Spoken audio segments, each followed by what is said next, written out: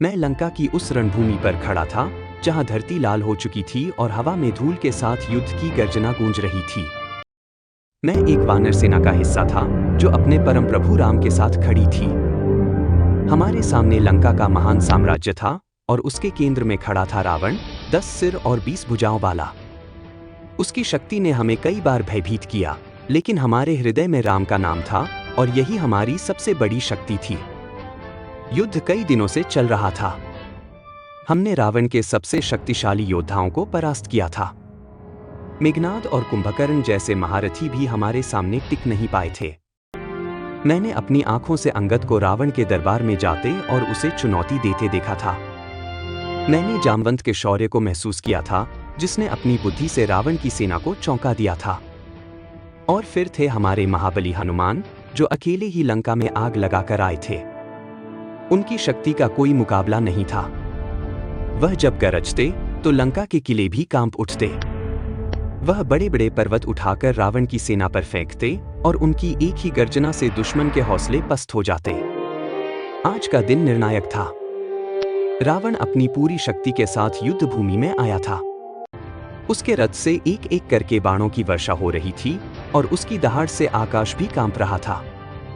हम सबने अपनी पूरी जान लगा दी थी। कोई वानर अपनी गदा से हमला कर रहा था तो कोई अपने नाखूनों और दांतों से।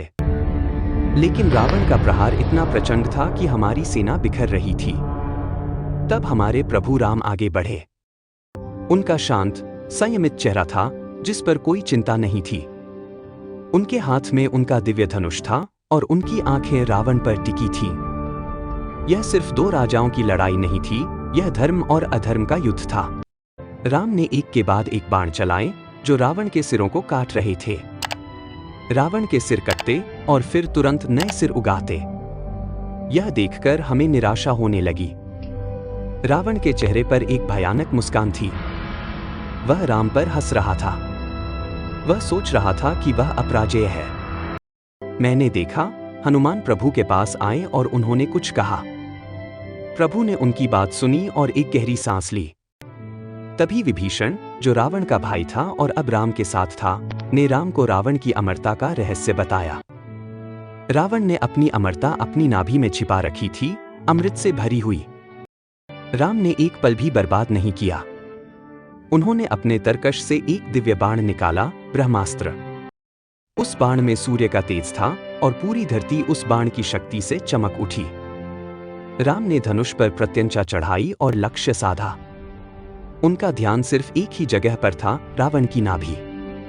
और फिर वह हुआ। राम ने बाण छोड़ा।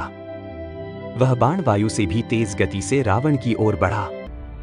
रावण ने उसे रोकने की कोशिश की, लेकिन वह बाण इतना शक्तिशाली था कि उसे कोई नहीं रोक सका। वह सीधा रावण की नाभि में जाकर लगा। एक भयानक चीख निकली। रावण का शरीर कांपने लगा। उसके 10 सिर और 20 भुजाएं सब एक साथ हिलने लगे। और फिर उसके शरीर से एक तेज चमक निकली। वह चमक, जिसने कभी लंका को प्रकाश दिया था, अब धीरे धीरे कम हो रही थी। रावण का विशाल शरीर धरती पर धड़ाम से गिरा। लंका की सेना में हाहाकार मच गया। हमने अपनी आंखों से रावण को गिरते देखा था और हमारी खुशी का कोई ठिकाना नहीं था। चारों ओर जय श्री राम की गूंज सुनाई दी।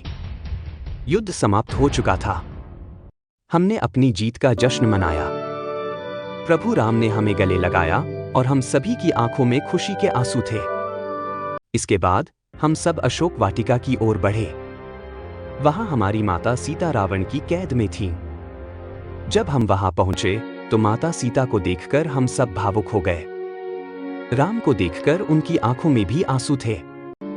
प्रभु राम ने माता सीता को अपने साथ ले जाने के लिए कहा और वह खुशी खुशी उनके साथ चलने को तैयार हो गई। उस दिन हमें लगा कि हमने सिर्फ एक युद्ध नहीं जीता, बल्कि हमने धर्म की रक्षा की और इस धरती पर एक नई सुबह लेकर आए।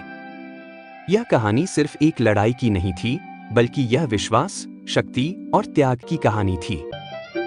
अरे वाह, मजा आ गया ना? अगर आपको ये वीडियो पसंद आया तो इसे लाइक करना ना भूलें। और हाँ, हमारे चैनल टून मस्ती हिंदी को सब्सक्राइब करें और नई वीडियो के लिए घंटी का बटन जरूर दबाएं। मिलते हैं अगली वीडियो में।